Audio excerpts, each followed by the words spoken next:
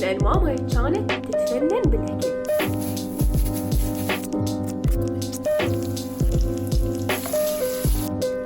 هلا بنات، شلونكم؟ شخباركم؟ إن شاء الله تكونون بخير. وأخيرا رجعت لكم.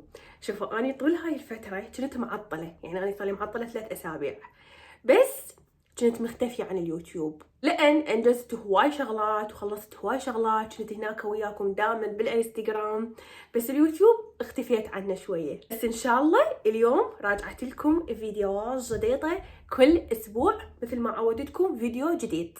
فمثل ما قلت لكم طول هاي الفترة اللي أنا كنت مختفية بيها عن اليوتيوب كنت موجودة بالانستغرام، فسوينا هواي شغلات هناك وفعاليات بالستوري. طبخنا حلويات، طبخنا عشيات، طبخنا غديات ريوقات، كل شي سوينا هناك. فصراحة رجع لي هذا الشغف مال الطبخ. اني اللي متابعني من زمان يعرف اني كلش احب الطبخ وكل شي اعرف اطبخ تقريبا يعني. فالبارحة نزلت لكم ستوري بالانستغرام، قلت لكم اكتبوا لي مقترحات الفيديو يوتيوب، فهواي كتبوا لي سوي لنا وصفات هناك باليوتيوب هم. فقلت ليش لا؟ فيديو اليوم مثل ما قريتوا بالعنوان راح يكون طبخ. راح اسوي وياكم اكلة الطفولة. خل احكي لكم قصتها. يعني شوفوا، من يعني هذا حكي كلش من زمان، من كنت صغيرونه، يعني 5 ابتدائي 6 ابتدائي هيك بعدني. اوكي انا راح اتخرج ترى، يعني اللي ما يدري انا هاي اخر سنه لي واتخرج، فهذا الحكي كلش من زمان. بذاك الوقت ما كان اكو سوشيال ميديا وما كان اكو انترنت مثل هسه، ويعني من زمان فما كان اكو هيك وصفات وبالانترنت وتطلعون وتطبخون وتسوون، ما كان اكو هيك.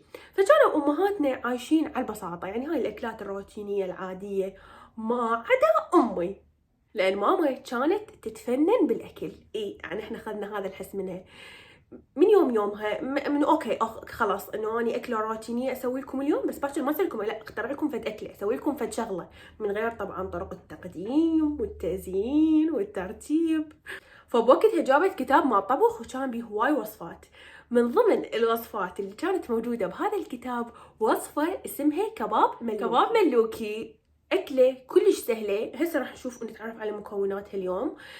اني كانت هاي الاكله غرامي يوميا، اقول ماما سوي لنا كباب ملوكي اليوم، حابه بسوي لنا كباب ما تتوقعون فرحتي من ادري اليوم امي مسويه كباب ملوكي على العشاء. يعني كانت من اكلات الطفوله المفضله عندي، فلان اني كلش احبها ولان هي سهله فقلت ليش ما اسويها فيديو هنا باليوتيوب. فيلا هسه نبلش. هسه اول شيء نبلش بالكباب. هنا عندنا لحم مثروم وياه شويه احنا هم صارمين ليه بصل. اني ثرمته ثرم ناعم، تقريبا راس كبير بصل او 2 يعني. هسه البهارات راح اخليه ثوم مطحون، تمام، رشه بسيطه، رشه بابريكا، فلفل اسود وملح. وهسه نعجن كل المكونات سوية. شنو نضيف؟ شوية طحين، يعني حسب الكمية مال اللحم او حسب الكمية اللي انتم تسويها. الطحين بنات بس على مود يعني يلزم. هسه من احنا راح نكبكب الكباب على مود يلزم ويانا وما ينفتح.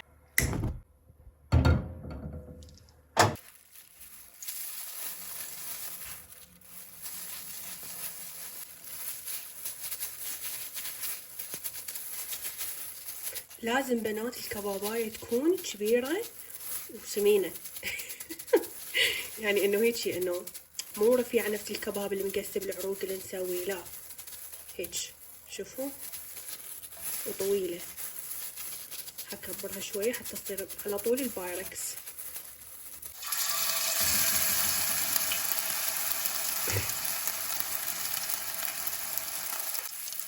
بسم الله.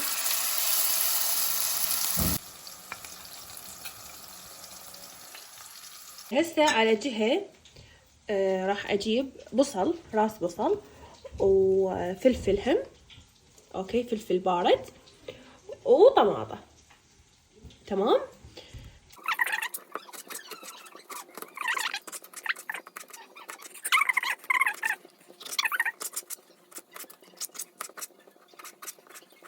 شوفوا بنات الكباب شلون صار،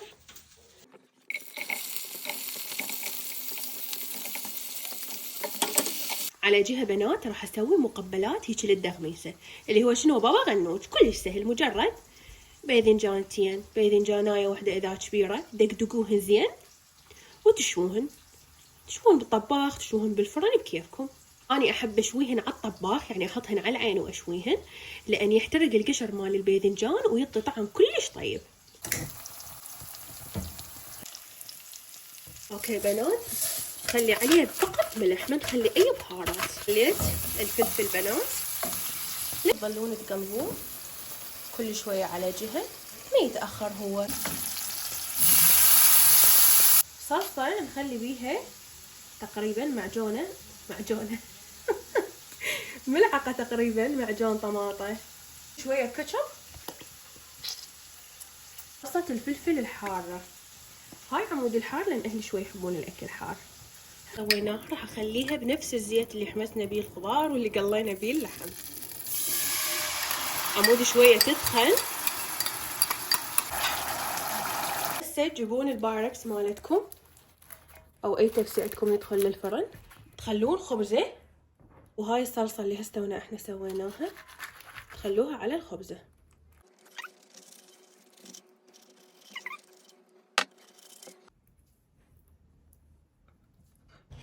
هسه نخلي الخضار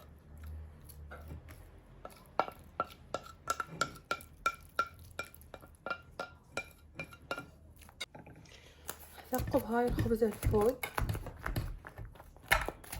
خلي عليها نفس الصلصة بس شوية هاي اللي بالطبقة الفوق خففتها حتى تتغلغل هيك جوا يعني. وهسه ندخلها للفرن. مجرد الخبزة هاي من فوق هيك تقسب وشوي ينشف المي مالتها. البابا غنوج بمحضرات الطعام. نخلي الباذنجان اللي شويناه، فصين ثوم اني ثرمتهم على مود ينهرسون بشكل احسن، توتين كبار روبه، شويه ليمون، فلفل اسود، وبس. هسه راح اخذهن كلهن اخلطهن بمحضرات الطعام. اذا ما عندكم محضرة طعام عادي بالخلاطه يصير. وهذا اطيب بابا غنوج، شويه نزينه بزيت زيتون. اطيب كباب ملوكي حبايب قلبي. وبس والله هاي كانت الطريقة حبايب.